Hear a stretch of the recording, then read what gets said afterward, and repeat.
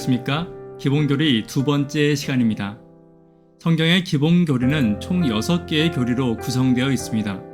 신론을 중심으로 인간론, 구원론, 교회론, 생활론이 위치하고 있으며 종말론을 그 마지막으로 다루고 있습니다. 신론은 하나님과 관련된 주제들을 다루고 있으며 성경을 중심으로 하나님, 성부 하나님, 성자 하나님, 성령 하나님 이렇게 네 부분으로 구성되어져 있습니다. 오늘은 기본교리 두 번째 시간 하나님에 관하여 함께 살펴보도록 하겠습니다. 우리가 다 알지는 못하지만 성경이 말하는 하나님에 대해서 하나님이 나타내 보이시기를 원하는 것들만 살펴보도록 하겠습니다. 하나님에 대해서 우리가 가장 먼저 접하게 되는 것은 그 하나님은 삼위 하나님이라는 것입니다. 신명기 6장 4절을 보시면 이스라엘아 들어라 우리 하나님 여호와는 오직 유일한 여호와시니, 개역 한글에는 이스라엘아 들어라 우리 하나님 여호와는 오직 하나인 여호와시니, 현대인의 성경에는 우리 하나님 여호와는 단 한 분밖에 없는 여호와이십니다 라고 말하고 있습니다. 그렇다면 왜 삼위라고 표현하고 있습니까? 하나에 해당하는 히브리어 에하드는 창세기 2장 24절과 신명기 6장 4절에서 사용되고 있습니다. 창세기 2장 24절에서 아담과 하와 두 사람이 한 몸을 이루었다라는 것에서 사용되고 있습니다. 둘일지라도 한, 곧 하나에 해당하고 있는 것입니다. 한 몸, 곧 두 사람이 하나가 된다라는 의미였습니다. 이것은 신명기 6장 4절에서도 하나님은 한 분이라는 말에 사용되고 있습니다. 이것은 삼위 하나님도 독립된 개체를 가지신 세 분 하나님이지만 신비롭게도 하나의 신격으로 묶여 있음을 의미하고 있는 것입니다. 창세기 1장 1절에 보시면 태초에 하나님이 천지를 창조하시니라 라고 이야기하고 있습니다. 여기서 하나님은 엘로힘이라는 단어를 사용하고 있는데 문자적으로는 하나님들이라고 해석할 수 있습니다. 창세기 1장 1절에 하나님이 왜 중요하냐면 히브리어와 영어는 주어와 동사가 일치되어야 합니다. 주어가 복수라면 동사도 복수인 것이 원칙인 것입니다. 그러나 주어가 복수이고 동사가 단수이면 여러 사람이지만 하는 일이 마치 한 사람이 하는 것과 같다라는 의미입니다. 창세기 1장 1절에서 하나님이 천지를 창조하시고 라는 그 단어에서 이 창조라는 단어 바라는 단수로 사용되어져 있습니다. 하나님은 복수인데 이 바라는 단수인 것입니다.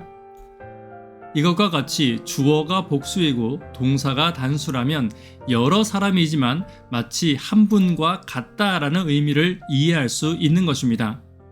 삼위 하나님은 스스로를 우리라고 칭하십니다. 창세기 1장 26절입니다.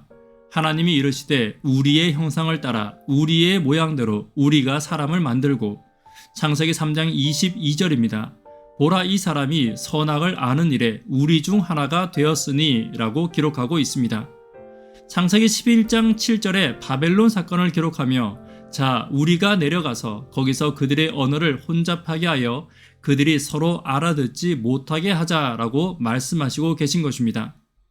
신약 성경에는 삼위 하나님이 함께 출현하신 사건이 나옵니다. 마태복음 3장 16절과 17절입니다.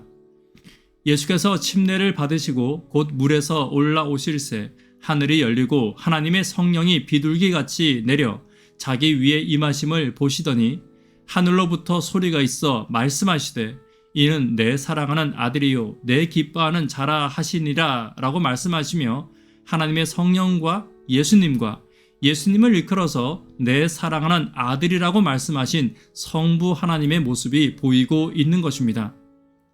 그렇다면 침례 시에 왜 삼위 하나님이 다 등장하게 되는 것입니까? 그리스도께서는 침례를 그분의 영적 왕국에 들어가는 표징으로 삼으셨습니다. 그분은 이 침례를 아버지와 아들과 성령의 권세 아래에 있는 것으로 인정받기를 원하는 모든 사람이 마땅히 따라야 할 절대적 조건으로 삼아 놓으신 것입니다. 그리스도인들은 아버지와 아들과 성령의 이름으로 침례를 받습니다. 그렇게 해서 그들은 하늘의 위대한 세 분의 권세들과 연합하게 되는 것입니다. 이것이 침례의 능력이며 이것이 침례가 중요한 또 하나의 까닭이 될 것입니다. 마태복음 28장 19절에 예수님께서 침례를 명하시며 그러므로 너희는 가서 모든 민족을 제자로 삼아 아버지와 아들과 성령의 이름으로 침례를 베풀라고 말씀하신 이유이기도 한 것입니다. 바울과 베드로의 기도문 가운데서 삼위 하나님이 함께 등장하는 것을 또한 발견할 수 있습니다. 고린도서 13장 13절입니다. 주 예수 그리스도의 은혜와 하나님의 사랑과 성령의 교통하심이 너희 무리와 함께 있을지어다. 베드로전서 1장 2절입니다. 하나님 아버지의 미리 아심을 따라 성령이 거룩하게 하심으로 순종함과 예수 그리스도의 피 뿌림을 얻기 위하여 택하심을 받은 자들에게 편지하노니 라고 바울과 베드로는 아버지와 아들과 성령의 이름을 함께 이야기하고 있습니다. 삼위일체의 어원을 살펴보자면 성경에는 삼위일체라는 말은 없습니다. 그러나 그 개념은 여러 곳에서 지금처럼 드러나고 있는 것입니다.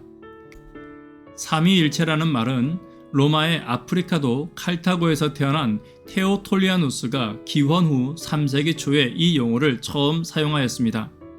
그렇다면 삼위일체는 어떤 의미로 사용되고 있습니까? 삼위 하나님은 각각 독립된 개체를 가지고 계시지만 인간의 구원에 있어 그 뜻과 목적이 하나이시며 그 뜻과 목적을 공유하고 있음을 말씀하고 있는 것입니다.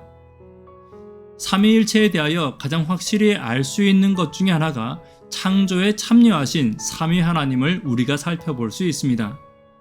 창조에 참여하신 예수 그리스도부터 살펴보자면 요한복음 1장 3절에는 만물이 그로 말미암아 지은 바 되었으니 그가 없이는 된 것이 없느니라 라고 기록하고 있으며 골로새 1장 16절에는 만물이 그에게서 창조되되 하늘과 땅에 보이는 것들과 보이지 않는 것들과 만물이 다 그로 말미암아 그를 위하여 창조되었고 라고 기록하고 있습니다.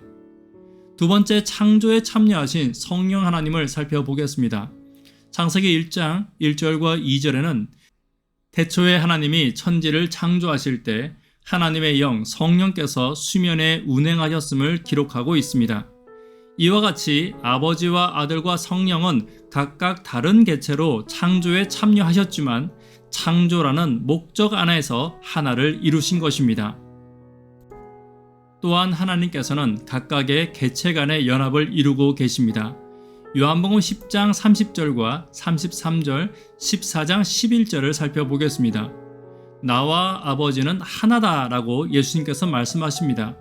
신성 모독으로 인하미니 내가 사람이 되어 자칭 하나님이라 함이로다 라고 말하며 예수님 스스로 내가 하나님이심을 말하고 있는 것입니다. 또한 내가 아버지 안에 거하고 아버지께서 내 안에 계심이다 라고 예수님께서 말씀하시므로 아버지와 아들이 하나됨을 말씀하시고 있는 것입니다. 아들과 성령과의 관계에서 하나됨을 또한 말씀하시고 있습니다. 요한복음 16장 14절과 15절입니다. 그 성령은 내 것을 가지고 너에게 알리시겠음이니라.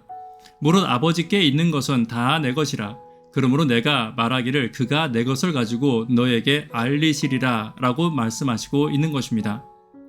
아버지와 성령의 관계를 또한 살펴볼 수 있습니다. 로마서 8장 27절입니다. 마음을 살피시는 이 성부 하나님이 성령의 생각을 아시나니 이는 성령이 하나님의 뜻대로 성도를 위하여 간구하심이니라 라고 말씀하시며 아버지와 성령의 하나됨을 말씀하시고 있는 것입니다. 또한 성부, 성자, 성령, 삼위 하나님께서는 구원을 위해 하나가 되십니다. 성부 하나님의 하나됨을 살펴보겠습니다. 요한복음 3장 16절에 하나님이 세상을 이처럼 사랑하사 독생자를 주셨으니 이는 그를 믿는 자마다 멸망하지 않고 영생을 얻게 하려 하심이라 라고 말씀하시며 구원에 관하여 성부 하나님의 역할을 말씀하시고 있습니다. 두 번째, 구원을 위한 삼위 하나님, 성자 하나님의 역할을 살펴보도록 하겠습니다. 요한복음 19장 28절과 30절입니다. 그 후에 예수께서 모든 일이 이미 이루신 줄 아시고 성경을 응하게 하려 하사 예수께서 이르시되 다 이루었다 하시고 머리를 숙이시니 구원에 있어서의 예수님의 역할은 십자가의 역할이셨습니다. 구원에 있어서의 성령 하나님의 역할을 살펴보겠습니다. 요한복음 14장 16절입니다. 내가 아버지께 구하겠으니 그가 또 다른 보혜사를 너희에게 주사 영원토록 너희와 함께 있게 하리니. 요한복음 16장 13절입니다. 진리의 성령이 오시면 그가 너희를 진리 가운데로 인도하시리니 그가 스스로 말하지 않고 오직 들은 것을 말하며. 로마서 8장 26절입니다. 이와 같이 성령도 우리 연약함을 도우시나니 우리는 마땅히 기도할 바를 알지 못하나 오직 성령이 말할 수 없는 탄식으로 우리를 위하여 친히 간구하시느니라. 이와 같이 아버지와 아들과 성령 세 분 하나님께서는 우리의 구원을 이루기 위하여 또한 하나가 되어 주었습니다. 하나님의 이름 가운데 나타나 있는 하나님의 모습들을 살펴보도록 하겠습니다. 엘로힘은 창조의 하나님, 강하고 힘센 하나님이심을 나타내고 있으며 엘리오는 지극히 높으신 분을 나타내는 단어입니다. 엘 엘리오는 지극히 높으신 하나님을 나타내는 또 다른 단어가 되고 있습니다. 엘샤다이는 전능하신 하나님을 나타내고 있으며 여호와는 언약을 이행하시는 하나님을 나타내고 있습니다. 아버지 하나님은 사람과 가장 친근한 이름으로 나타나고 있습니다. 하나님의 속성들을 살펴보도록 하겠습니다. 하나님은 자존하신 분이시며 하나님은 전지하신 분이십니다. 하나님은 무소부재하신 분으로 성경은 말하고 있습니다. 또한 하나님은 영원하신 하나님이시며 하나님은 전능하신 분이십니다. 또한 하나님은 불변하신 하나님으로 하나님 스스로를 성경에 나타내 보이고 있습니다. 오늘 우리는 성경이 말하는 하나님에 관해 짧게 살펴보았습니다. 비록 우리가 하나님에 대해 다 알지 못하지만 다시금 우리가 믿는 하나님에 대해서 돌아보고 삼위 하나님이 나의 구원에 직접 참여하고 나를 돌보고 계심을 기억하기를 간절히 바랍니다. 또한 전능하신 하나님의 손길이 나를 인도하심을 기억하며 감사하며 내가 믿는 하나님이 어떤 하나님이신지 다시 한번 기억하는 시간이 되기를 간절히 바라며 말씀을 마치도록 하겠습니다. 이 시간 개인적으로 혹은 함께 예배하시는 분들과 하나님에 관하여 짧게 이야기 나누시고 기도해 주시면 감사하겠습니다. 감사합니다.